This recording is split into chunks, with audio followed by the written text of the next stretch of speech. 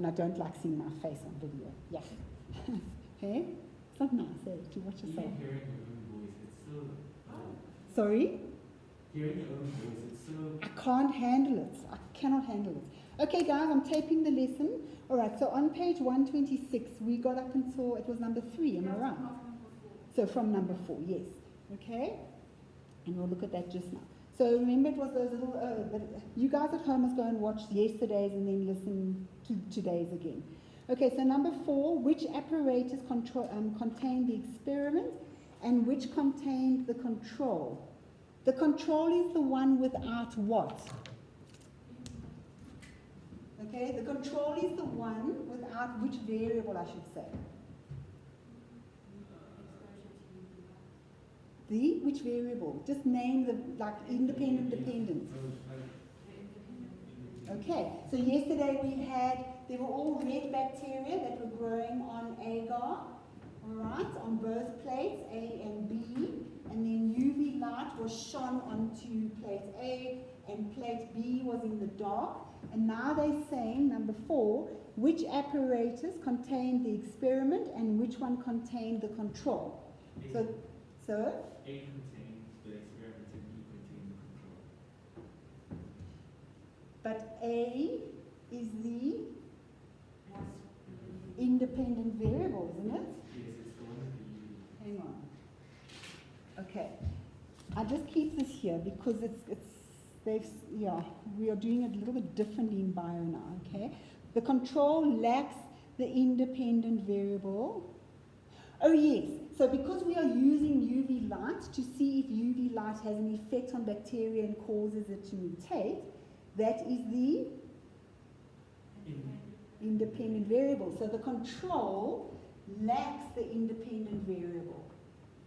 Okay. Can I tell you why I struggle with this now? Because I've had to change my thinking in the last couple of months. Because even when you guys were in grade 9, I used to say control was normal. And it just switched things around in my head too much. So the control lacks the independent variable. The UV light is the independent variable. So that's the control. This is the experiment. Are we happy with that? Wait, Matt, so you said the control lacks the independent... Lacks, doesn't have. All right. List of number 4. Okay. The control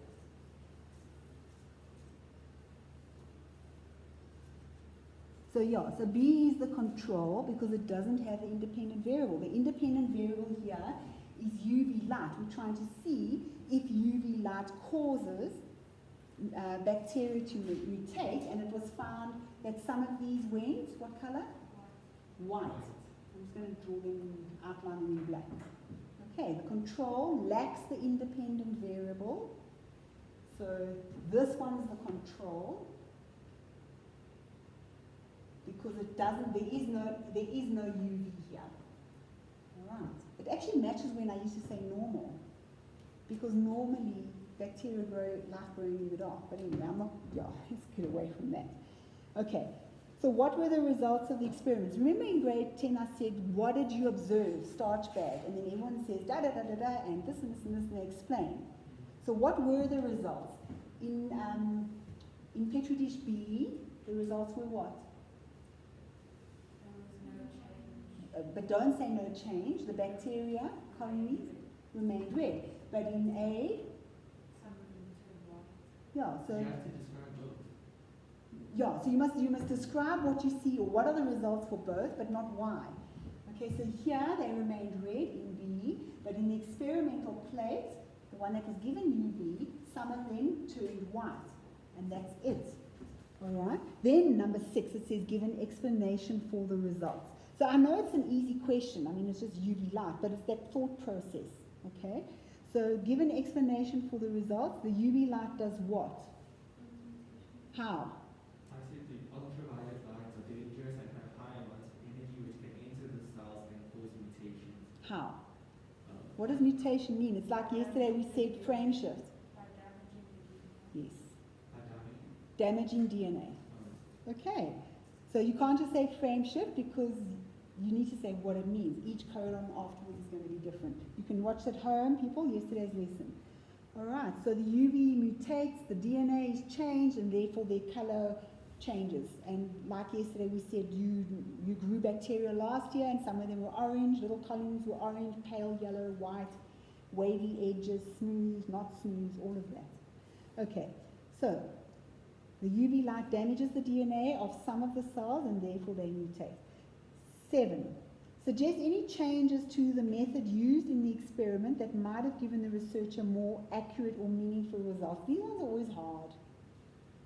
What could we do here though? Use more petri dishes, so have 4 sets, 2 in the light and 2 after light. Yeah, have more sets of petri dishes. I'm just repeating so they can hear. More in the dark, more in the light. What else though? So in actual fact, you are not creating an average, but you're checking your results. So you could also say, repeat the experiment to see if you get the same results, or have many plates to see if you get the same results. Yes? I don't know if it's the same, but I said have a larger sample size to conduct the experiment. So that's what Chloe's saying. So maybe say what you mean, that have more plates so that you can check if all of them will have some mutated bacterial colonies on the one that gets UV. And then I also said, never mind. Sure. That's wrong. Yeah. Okay. The other one I was thinking of is, they said one species. So maybe only this species mutates with UV. What about if you use other species as well? Oh, I should know. Good. Use different color bacteria. Or, yeah, different species. So they're using color to indicate the different species, yes. Could you say that you have to leave it for longer, not just 5 minutes? Why would you want to leave it for longer? To see if, for instance, the dark one mutates but slower. Because in the experiment they said only one colony turned white. Yes. So if you leave it longer, maybe more of them will turn white. Maybe more of them it takes longer for the mutation to whatever. Okay, that's also fine. So say it and then explain why you said that. Because then they know what you're talking about. Are we happy? Now, I'm just thinking here, because we're talking about mutations. Where was I going to go with this? So in grade 11, you learned about how bacteria mutate and get antibiotic resistance.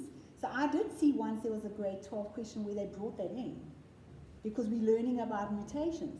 So if this was a disease-causing bacteria, do you remember you got questions where they put different antibiotics on the plate? So say that was antibiotic A and this was antibiotic B. Am I on this? Can you all see what I'm writing there? Just swivel this a bit. Okay, all right, so now they could incorporate what you learned in grade 11. So here, if they were all growing on the agar plate, lots of colonies on the plate, and then they add antibiotic A and antibiotic B, how would you know that the bacteria become resistant? How would you know, if some bacteria become resistant? So when you put the antibiotic, there should be a ring of no bacteria growing there. So if there are bacteria growing, when you put the antibiotic in Yes, this one's a little bit different. I'll go to that one now. So if we put the antibiotic on now, what will happen to these bacterial colonies if they're not resistant? They will die. If they are resistant, they carry on growing. Now I know which one you're thinking of, the one with the rings. So there we got an egg. Okay, let's just draw it once again. 2 agar plates. They've both got the same agar, and then the bacteria are streaks across. So they're streaks across, and then they all grow. The whole plate gets covered in bacteria. And this one could be the control, okay? It's got no independent variable. This one, you could have antibiotic X, Y, and Z, and it gets put onto little discs that are soaked. Do you remember this? Little discs that are soaked in the antibiotic, and then they are placed on the agar plate.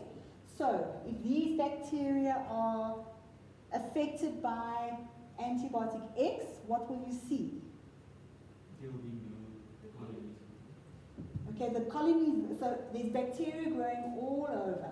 We allow that whole agar plate to be covered in bacteria, then we add the little disc soaked with antibiotic.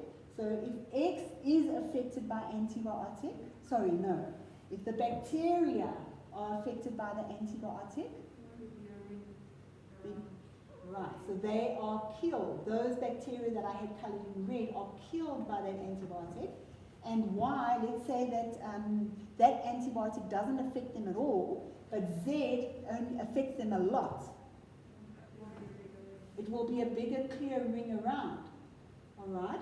So, which bacteria have gained resistance to this antibiotic by mutating? Which bacteria are resistant against, sorry, not the, which antibiotic are the bacteria resistant against? Why? Sorry, my wording was wrong. Yes, because they continue to grow.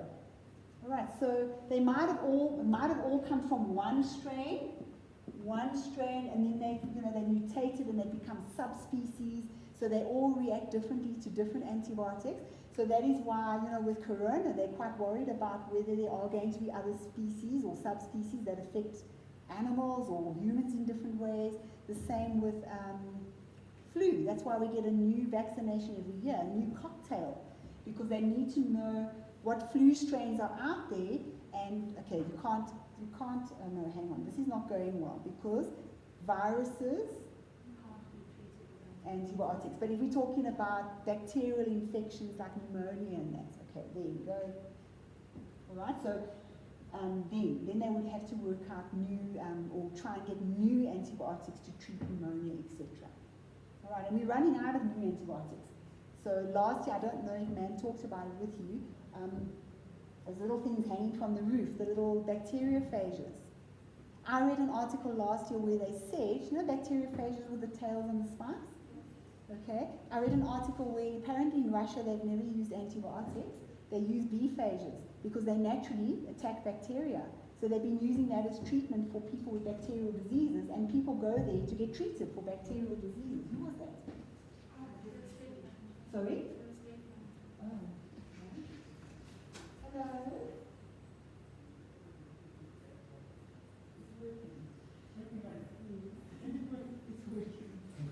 It is working here. Yes. Okay. Oh, okay. Because I press nothing. Yeah, I think it was just cold. Okay. Okay. All right, guys, are we happy? Yes. All right. So let's have a look. It's not this one.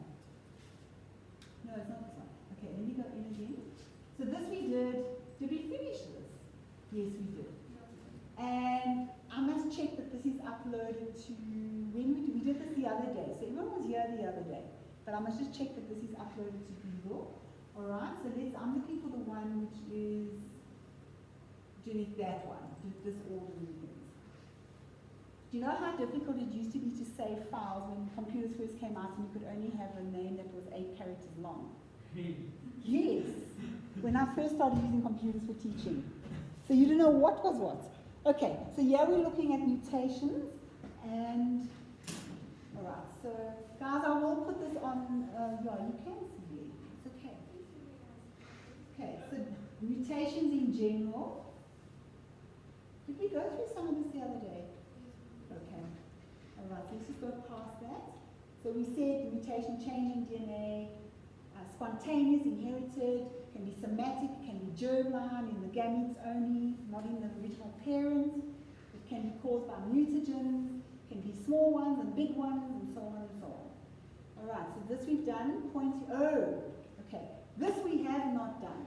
So point mutations is when there's one base difference, which is what we marked yesterday in activity 513, where either a base is inserted, a nucleotide at least, or one is taken out of the DNA, or one is substituted. So that's point mutations. But now, if you look on page number 124, they've got others, which are not in the SAGs. Okay? So the point mutations we've learnt about, inserting makes the DNA longer, taking away makes the DNA shorter, changes the codons, and swapping makes the DNA different. But we don't need to know about silent, missense, nonsense, and we don't call addition, we call it insertion. Okay, so if you look, but it's so interesting. If you look at page 124, they talk at the bottom, a substitution, when the wrong nucleotide is put in, so the wrong amino acid is brought in during protein synthesis. A silent mutation, you don't need to know the word, but that's where if a different nucleotide is brought in, but it still codes for the same amino acid. So they call it silent, because maybe the protein will still probably work. Okay, and until Amy gets to university next and they do genetics and they say no. Okay, so silent mutation, it doesn't result in a new protein because the amino acid sequence is the same, but you don't need to know the word silent. A missense is where the codon, that new nucleotide that is brought in, the codon is now different and now it codes for a different amino acid. So now the protein is different, but you don't need to know missense. Okay? Then on page 125, a nonsense one. All right, so say, remember DNA always begins, remember mRNA always begins with AUG, remember, start codon, so DNA it would be TAC. So all DNAs begin with TAC, ACA, whatever, GCA. Go to 17, I'll go there, because I want to find a stop codon. All right? Yes. So all DNAs begin with TAC, so all messenger RNAs begin with AUG, so all proteins start with methionine. Do you remember that? Okay. So if I've got here now, a stop codon on the mRNA is UAA. What will it be on the DNA? ATT. All right. So there's 4 codons here. So that's going to be translated into UGU. I don't mind doing this because you're writing a test soon. And then this DNA, this is the DNA. It's going to be copied into mRNA, so CGU. All right. Now, I don't think I've done this right to make it work. Okay, so just have a look on page 17. What does UGU code for? What amino acid is brought in? UGU. Oh, we can use that one. Haha. Guys, we're revising protein synthesis relating to mutations. It's CYS. Cysteine. Okay, which you don't have to know. All right, so the second amino acid is cysteine. Then what is the next one going to be? CGU on the mRNA.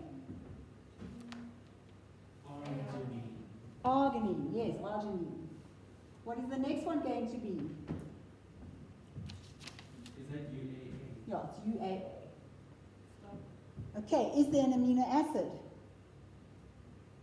No, it means it's the end. It's like the full stop at the end of the polypeptide chain. All right, so now, what if there was a mutation which instead, when the DNA, because remember the DNA is copied when the cell divides, and then the DNA could be copied into messenger RNA so the cell makes protein. So what if the DNA was copied wrong during DNA replication? Okay, now I just need to figure this out. So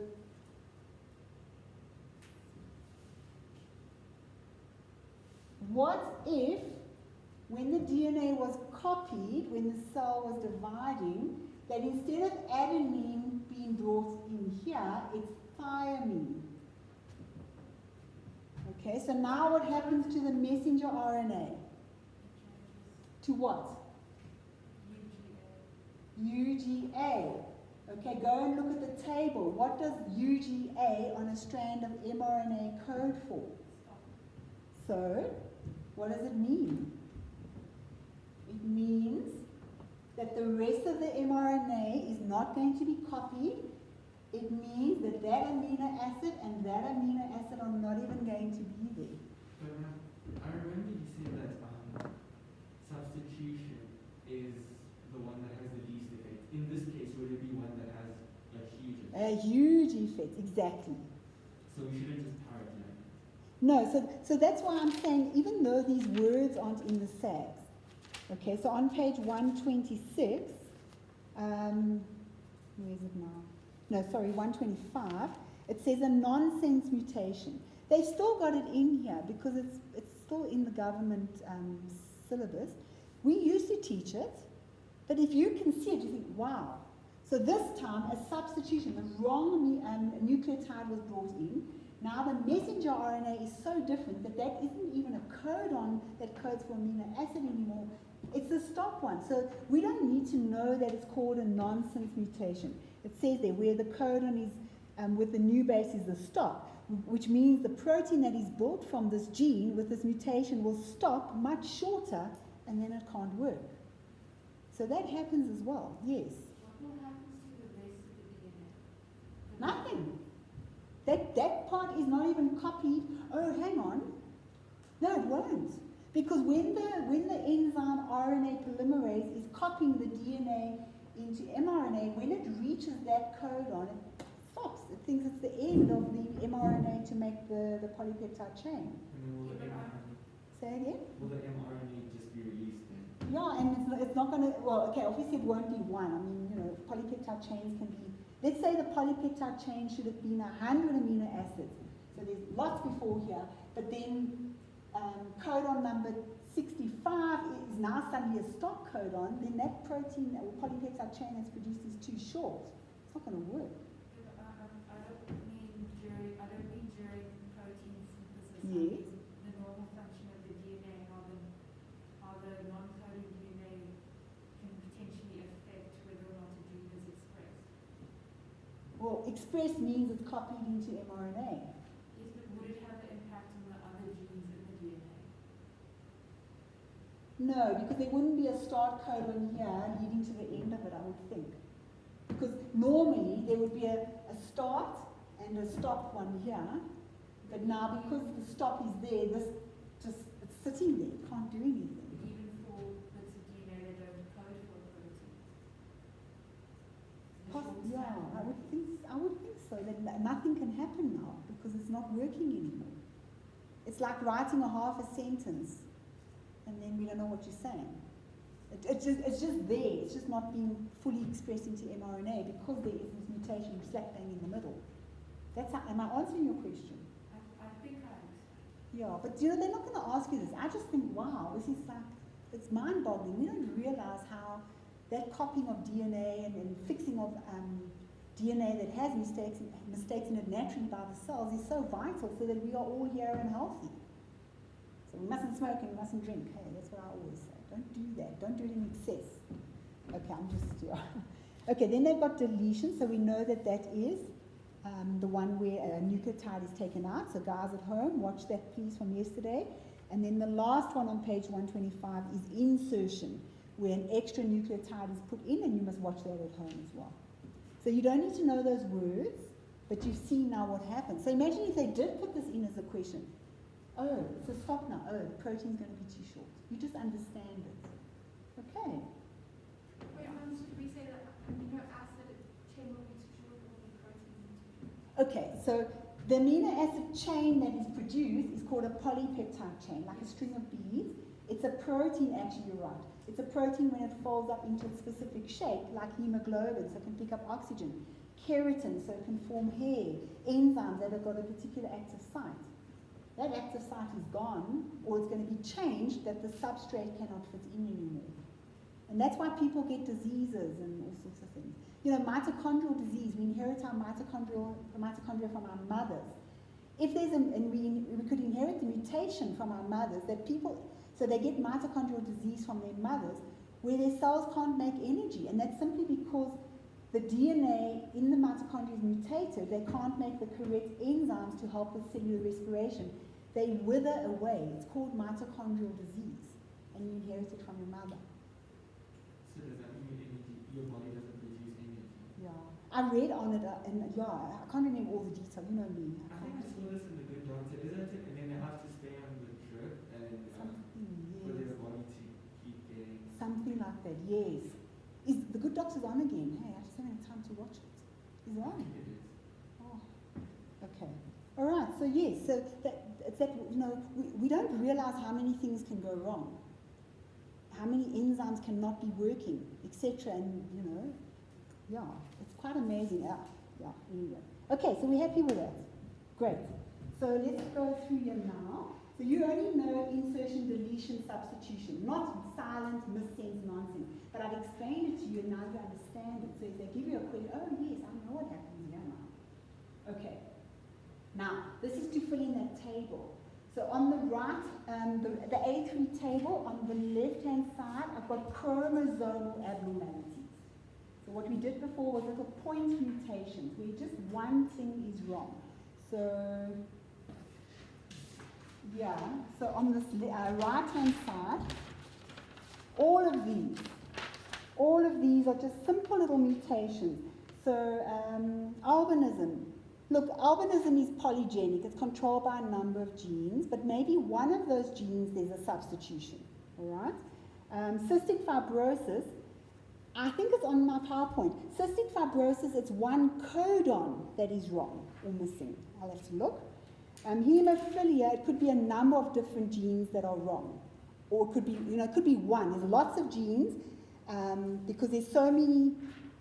Hemophilia, the blood clotting mechanism, is not just one enzyme that controls it, it's a whole series of enzymes. So substance A becomes B, becomes C, becomes G, and then the blood clots. So it's very complex. Autosomal dominant, we know, is one mutated dominant gene that causes Huntington chorea and polydactyly. It's one little mutation, one little base that is wrong. Red-green color blindness, there's lots of variations of that. So it could be different genes that are affected. But those are simple, those are called microscopic mutations. It's just something wrong in the gene. The DNA is slightly wrong. There's a substitution or addition or whatever. But on the other side, a macroscopic, a macroscopic mutation is when the karyotype of the person is wrong, like in Down syndrome, extra 21, and then Klinefelters and Turners and polyploidy where there's too many sets of chromosomes. And plants, that's cool, but in us, even one too many chromosome, like number 21, is bad. Okay, so let's just look at this, remind us, and then we are done. Oh, genetic counseling is at the end of here, and human genome project. All right, so chromosomal abnormalities. So aneuploidy, when there's non-disjunction of chromosomes. Yes. Is this section mainly N3 or In N3, the mutation? AIM3. The AIM3 would be if would be things like why should a person go for genetic counseling? If they have a child and this, why would they go for genetic counseling? Why there's a question on albinism, and there was it's about that this poor child was shunned. It's like a table. How did it go? And then they said the people in the community said that the child was, you mustn't talk to the child, or you mustn't do this, and then other people say no, but it's normal. And then you've got to say why mutation. It's not something bad. It's a natural thing. But your feelings about a child with albinism, it's not, what's the word? It's not valid, yes. So valid or invalid, that kind of thing. That's AIM3. So this could also be in 1 or 2? Yes. Because AIM1, you're doing the whole process of, transcription, translation, etc. And then you're relating it to the disorder. Okay, so should parents who know that they carry cystic fibrosis genes, should they have genetic testing? Because there's a 25% chance, you see, it ties in with genetics. There's a 25% chance of them having a child with cystic fibrosis. What is genetic testing? Well, it's going to give them ideas on what to do. That when the child is born, if they decide to keep the child, they will know which organizations there are to help them. Like Down syndrome, there's different organizations to help families and for education and of the child and the parents and, different kind of like learning programs and stuff. So that's what they're going to say. Okay, all right. So we know this. I'm not going to go spend a lot of time. So these are, it's chromosome 20, like for example, Down syndrome is chromosome 21, so it's one of the normal chromosomes, okay? Not a gonosome. And there's chromosomes that are too many or missing from the normal number. That's aneuploidy. Too many chromosomes or missing because there was non-disjunction, unequal separation of chromosomes during meiosis 1 or meiosis 2 anaphase. Okay? So, I kind of get the feeling we've seen this before when we did way back then karyotypes. So if they've got no chromosome 18, nothing, that's a problem. Alright? Monosomy, if they've only got one, like they've only got one X chromosome, but you don't need to know these words. Trisomy, there's 3 21s or 3 18s. It's just words. Trisomy 21 would be the aneuploidy that causes Down syndrome. Okay? Tetrasomy, imagine if there are 4. So each gamete has 2 chromosomes, and then the zygote ends up with 4 13s. Okay? I'm just guessing now. Alright, so aneuploidies result from non-disjunction of chromosomes during anaphase 1 or anaphase 2 of meiosis. And here they are. So the mitotic spindle doesn't work properly. Like in females, you know, our eggs are produced when we a fetus in utero, and they stop at metaphase 1. So if you are having a child after 35, like me, I was worried that my chromosomes didn't separate properly when the sperm fertilized the egg. Because remember, that whole finishing of making the egg happens just when the sperm fertilizes it. So being over 35, I was worried that the chromosomes in my egg did not do that. And that's why I had an amnio. And then I was frantic because I'm a bioteacher, and that's what you worry about. Okay? Alright, so you get trisomy 13, 18, and 21. So they're all non-disjunctions. It results in abnormal numbers in the gametes. So I was worried that my egg had an extra 21, so 2 of them, because of non-disjunction. Okay? Or any other, but I mean Down syndrome is more common. So then you end up with an odd zygote. So just be able to explain this, okay? So it could happen in meiosis 1, when the homologous chromosomes pair up, but then the pair doesn't separate, it goes into one daughter cell during anaphase. So now, this cell, instead of, there were 4 chromosomes here, but now it's got 1, 2, 3, 4, 5, 6. They were replicated there, now the chromatids have separated. This one has only got 2. So now, if it fuses with a normal sperm, so meiosis 2. So then you end up with 2 gametes with 3 and 2 with 2, but the original cell had 4, so the gamete should have had how many chromosomes? If the diploid number is 1, 2, 3, 4, the gamete should have 2. Oh, sorry, I talked over you. Okay, revision. How many chromosomes are there? How many chromosomes are there? 4 chromosomes. Okay, because remember, chromatin coils up to form a chromosome. Chromosome or DNA of the chromosome replicates, and you end up with chromatids joined by a centromere, but this is still one.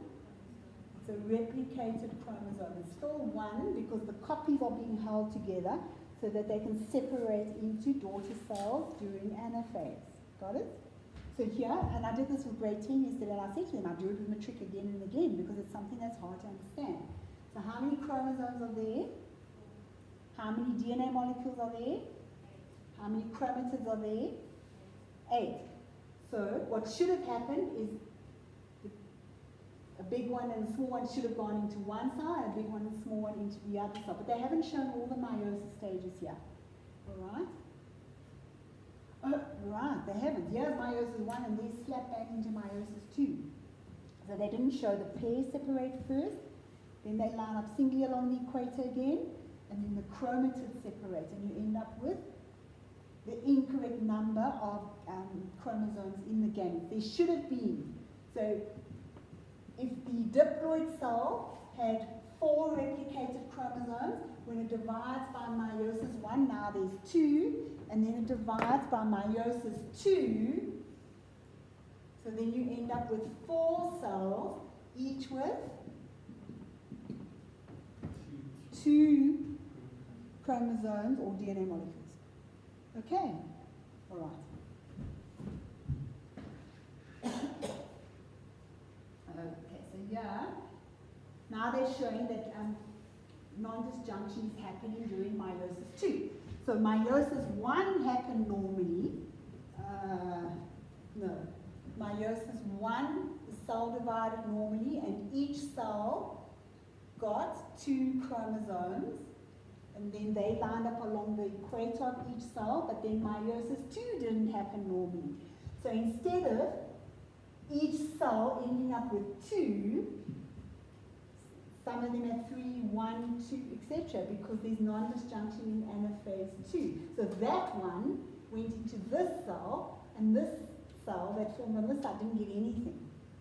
So now that cell there ended up with 3, this one ended up with 1, that one is normal 2, and that one is normal 2. Okay, just depends where it happens. Could they ever ask us this and then like ask us to do Like a picture. genetic diagram for this? Yeah, they possibly could, yes.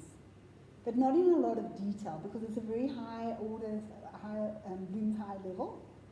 But if you understand non-disjunction, then you can see that that's going to happen. There was a question by the current examiner. I'm sure it was by him, 2 years ago, I think. Okay. So can it, what I meant is, you know the cross diagrams you do with the genotype and phenotype? Yes. Can they ask us this? No, they won't put that there. No. Because that's just genetics passing on of hereditary characteristics. Here we're talking about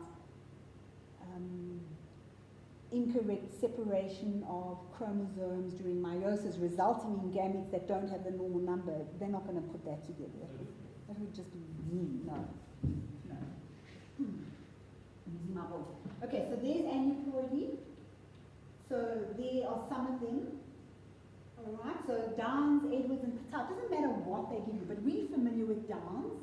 Right, so there's a little newborn with Downs, and sometimes they're born, they miscarry early. There's a whole spectrum of Downs, from little embryos that never even implant, to children that die in utero, to children that are born and look and have, there's models nowadays, and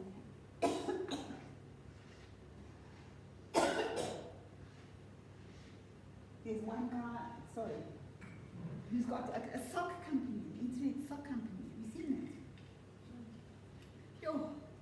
And there's a movie about a guy that has Down syndrome, and it's called, I think it's called The Peanut Butter Falcon, and he wants to be a wrestler.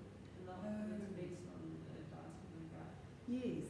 So I've seen quite a few articles about these young ladies who become models, and they've got Down syndrome, and yeah. And they were discriminated against in the past. Why? Okay. All right. Okay, so those are different trisomies, and do you remember Klinefelters and Turners, where there's non-disjunction of the sex chromosomes? So XXY is male, but they're quite, they've got feminine features, and then Turner syndrome, they're female, but they don't have enough, in fact, it's the X chromosomes both result in production of estrogen and progesterone, so they don't produce enough. All right? And the syndrome is all the features and symptoms that go together with Down syndrome. It's everything that could possibly happen. And the one, they did have a question on this, but okay, this is great. So Down syndrome is more common, 1 in 800 births. It's the most common one, and they, a lot of Down syndrome people, they survive and they reach, old age. All right, and yeah, so that whole spectrum from slight symptoms to very severe. And then the one year they asked the question, I know we've done this before, but let's just go over it anyway. So the palm crease, so they have one line. We've got 2 going across our palm. They've got this very distinct palm crease. And then when I was pregnant with my second child, he kept looking to see if the fingers were the same length in the middle, but they weren't, so that's normal. And he kept looking at the neck, because Down syndrome fetuses, you can see on the scan that their necks are short and very wide. And you can also see the nose is very flat, and If you look from the side of the face, there's someone's face, but in Down syndrome, it's very, okay, that's really exaggerated, it's very flat. They don't have this little bridge here. And he looked for that when I had my second child. All right, so that was one question, but that was a long time ago, where they said, what features would a Down syndrome child have? And then we could see the schools that had given so many features way off that we had to look them all up. So just try and remember the more common ones. All right, so the webbed neck, you can see very short neck, very thick tongue, so sometimes they battle to talk. The prominent palm crease, there you can see it over there. And this fold, they don't have, we've got a very slight little fold here in the corner, but they've got this it's called an epicanthial fold. They didn't even need to know the name. Okay. So just know the more common features. And then there's a whole lot of other things. So it's a syndrome because lots of things can happen from severe to not so severe. They often have heart problems, holes in the heart, so congenital born with it. They might have, this is the weird ones we got that we don't expect you to learn. And there were so many. So short, broad hands, it's short as well, and the fingers the same. But that one I don't think a lot of schools would say. I just know it because of my scan. And they've got slanting almond-shaped eyes, which you saw in that picture. So if we just go back here, they're sort of, but on the one before, that little boy's got slanting almond-shaped eyes. But my one friend, both the children have got it, and so is their dad, but they don't have Down syndrome. It's just, it's a phenotype. Okay, and these things, these are not common. For muscle tone, yes, or the little gap, we got that as an answer. There's a gap between the big and the next toe. That was quite common. Low set ears. All right, so just a few. I'm not saying they're going to ask. I just saw it in the paper, and that's what I remember marking. All right. So those are the common ones. And I'll put this on GC, Google Classroom. Patel-Edwards syndrome. They've got trisomy 18. It's much more severe. It's less common, 1 in 6,000. And more females are affected, and there's non-disjunction in meiosis 1 or 2, and lots of things that can go wrong. So we're not going to go through that. And then, What are club feet? What does that mean? yeah, my one friend, her little boy was born with club feet, and there was a program on TV the other day. What's it called? The one where born with child with 4 legs or whatever. That program. I don't watch these, I don't know. Yeah, I sometimes put it on if I'm working. And my daughter, the youngest one, was there, and the child had feet, and he'd been walking like that for years. But, they lived in a poor country, and they didn't know, and then he went to US or wherever for an operation, or I can't remember where, and they slowly put his feet in plaster cast, and then they slowly, and pins and surgery, and then eventually he can walk normally and he was so excited that he could wear normal shoes. Well, what is it? What's wrong with it? The bones they harden in the wrong position. So my friend, her child had that, but from like 6 weeks of age, plaster cast, slowly, and because the bones are still soft, and then as they harden, and he's gone to university and fine. Yeah. Okay, so that's another thing they can pick up on in the MSNT, on the scan, the ultrasound. All right, then something like Patel syndrome, trisomy 13. This just happens to be my PowerPoint. It's very severe. It's 1 in 10,000. And all of these have what we call the maternal age effect. So I have seen questions where they give you that graph of maternal age effect, where they say, okay, the age of the woman and the incidence or the percentage of having a child with Down syndrome or whatever else. So you will see that, what's this called? It's an exponential graph. So from age 35, there is an increase in the chance of having a child with Down syndrome, and that is why I had an amnio. And they don't ask us questions. They say, read off of that. What's going on here? What's the chance of having a child with Down syndrome at age 45? Well, it's now much higher, whatever it is. So it's maternal age effect. Because remember, your eggs are already there when you're a fetus, but only when the sperm fertilizes the egg does anaphase 1 and the rest of meiosis happens. So if you're over 35, that spindle becomes old, sort of, and the chromosomes aren't pulled equally into daughter cells. Isn't that amazing, hey? I mean, we don't know that. People don't know that your eggs are not ready.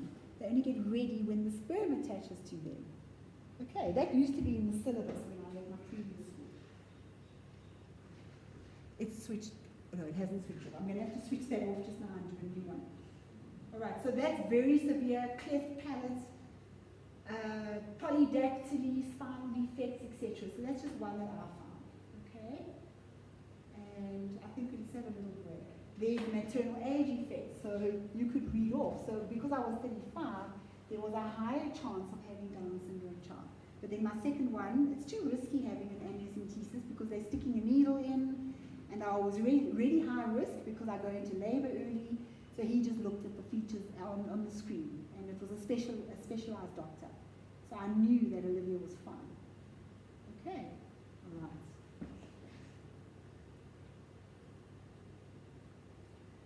Okay, can we take a break? I need water as well, and I'm going to switch off. Well, I'll leave you there, but I'm going to switch off the video and make another one, because this is